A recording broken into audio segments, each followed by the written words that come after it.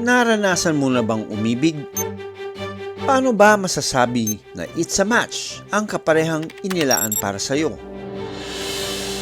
Dalawang buhaya ang aming pagtatagpuin sa Davao para malaman kung match silang magiging breeding pair. Lakas! Isipin mo kung legs ko yung kinagat na yan, talong-talo ko. Mag-swipe right ka ba sa babaeng buhaya na si Kanluran at sa poging-pogi na si Crocky? Ang kanilang first meet-up masasaksihan natin sa kauna-unahang pagkakataon.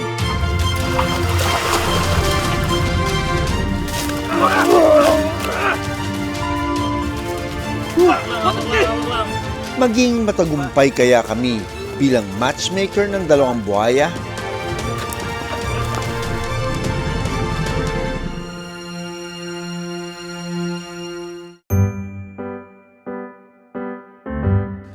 Meet Crocky. Matipuno at sa titig pa lang nito, hindi maikakailang matapang. Ang lahi niya, isang saltwater crocodile na kilala sa pagiging territorial. Taong 2020 nang mapunta ito sa pangangalaga ng Philippine Eagle Center o PEC sa Davao City. Si Crocky ay na-turn over sa amin ng isang owner. Matagal na niyang alaga ang crocodile na ito, and then na-realize niya na mas okay siya, mas maprotektahan ng welfare niya kapag tinurn over sa foundation. Inalagaan natin siya, and then matagal na wala siyang partner. 20 taon daw inalagaan ng unang may-ari si Crocky bago ito napunta sa PEC. Kinuha namin siya, and then binigyan namin siya ng sarili niyang kulungan, and then nagbigay tayo ng animal keeper. Now, interesado kami sa crocodile kasi ito rin ang isa sa mga top 3 predators ng Philippines. Of course, may Philippine eagle ka, sa Himpapawid, ito namang crocodile or estuarine crocodile ang makikita naman sa dagat at saka sa mga freshwater areas. Taong 2025 naman nang dalhin sa PEC ang isang babaeng saltwater crocodile. Balingkinitan at kapansin-pansin ang puting balat sa katawan nito. Siya si Kanluran. Kabaligtaran ni Crocky, mukhang mahiyain at laging nakalubog ito sa tubig.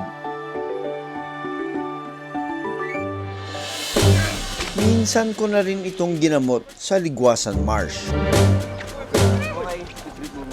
Payat siya, ha? Pati yung thigh muscles niya, walang laman masyado. Could be a bacterial infection or fungal infection which we need to start treating. Usually nangyayari to pag sobrang babad yung buhaya sa labas ng tubig. Rescued crocodile naman na mga sundalo sa Ligwasan Marsh si Kanluran. Tumawag din ng DNR, gusto nila i-turn over ang isang female crocodile naman, si Kanluran. At doon namin nakita yung opportunity na si Crocky magkaroon siya ng partner. And then maganda rin kasi sa well-being nila. Ang mga buhaya kayang mangitlog kahit walang kapareha. Tinatawag ang prosesong ito na parthenogenesis. Itong dalawang ito ay intentionally pinaghiwalay natin. Hindi pa natin sila inintroduce sa isa't isa. Kasi di ba, they're fierce predators. May mga procedures yan. Nung nasa sarili niyang enclosure, si Kanluran, nangitlog siya. Dahil infertile o hindi nabuo ang mga itlog ni Kanluran, nagpasya sila na pag-aralan kung maaari bang pagsamahin ang dalawang buhaya. Halos 1 taon inobserbahan ng mga keeper ang dalawang buhaya. Hindi nila mapagsama dahil hindi nila alam kung compatible ba. Naobserbahan nila na itong dalawa ay nagpapakita ng interest. Yes, they can simply open the gate and make them meet together. But what if merong mga health issues ito si Kanluran? So they need wildlife vet who's experienced in handling crocodiles. And then what if biglang pag-introduce mo nag-away? Paano natin ihiwalay yon? Bukod sa pagiging veterinaryo, tila naging kupido ako ngayon sa dalawang buhaya. Meron tayong parang love story na mangyayari. Today is the day na i-introduce silang Crocky.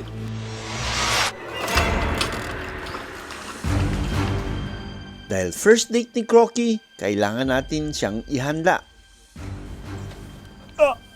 Oh, bigat. Oh. Hey! Hey!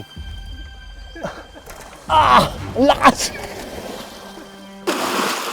Hey, tug of war. Grabe. Isipin mo kung legs ko yung kinagat na yan, talong-talo ko. Ayan, linilinis ka lang namin.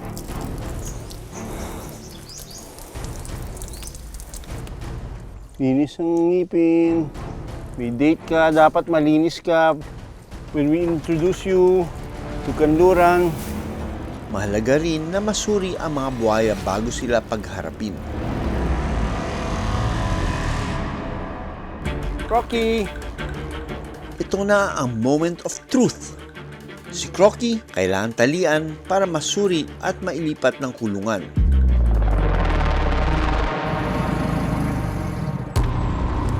Yan. Ayun. Nanggal niya. Come on. Come on. Crocky! Umaatras. Marunong si Crocky, umaatras siya.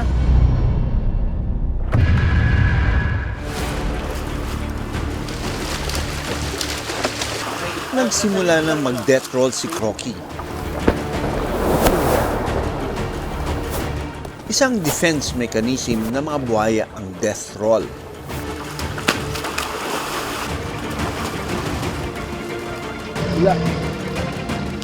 Dito na kami nagsimulang humila para matakpan ang mga mata nito upang hindi ma-stress ang buhaya.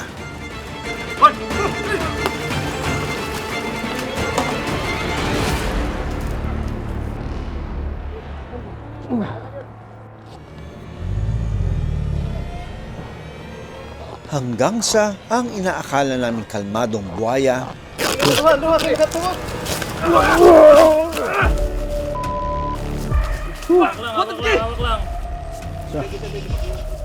Grabe. Isang shake lang. Tanggal kaming lahat na tao. Wow. I-restrain ng mabuti. Kasi ang lakas niya no? Pag ganito kalaki yung crocodile, mabilis din siya mapagod. Kailangan natin mabilis dito mag-examine. kailangang malaman kung malusog si Crocky upang maiwasan ang posibleng pagkalat ng sakit para magkaroon ng matagumpay na produksyon ng mga itlog. Wow! Wow! Oh.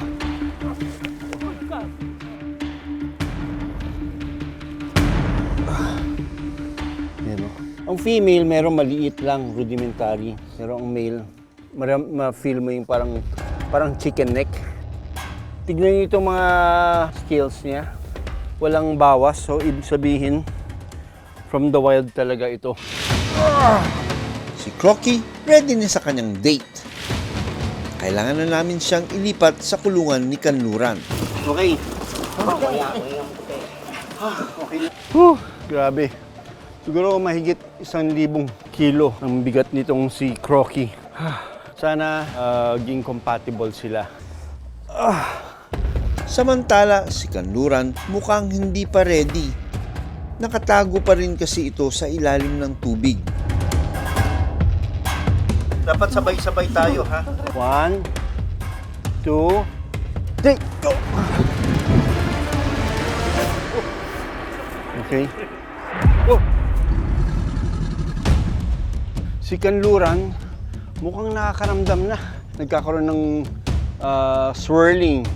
Ang water dance o swirling sa teritoryo ng buhaya ay hudyat na nagpapakita ito ng interes sa kanilang paglilikuan. We gave it a few, siguro mga almost half an hour, pero walang nangyari. Hanggang sa nasasakyan na kami, nasa van na kami, biglang sinabi ni Dominic, nag-mate na sila. So takbuhan kami doon. Nang datna namin ang dalawang buhaya magkatabi sa tubig at itsurang nakaabang sa aming pagbabalik.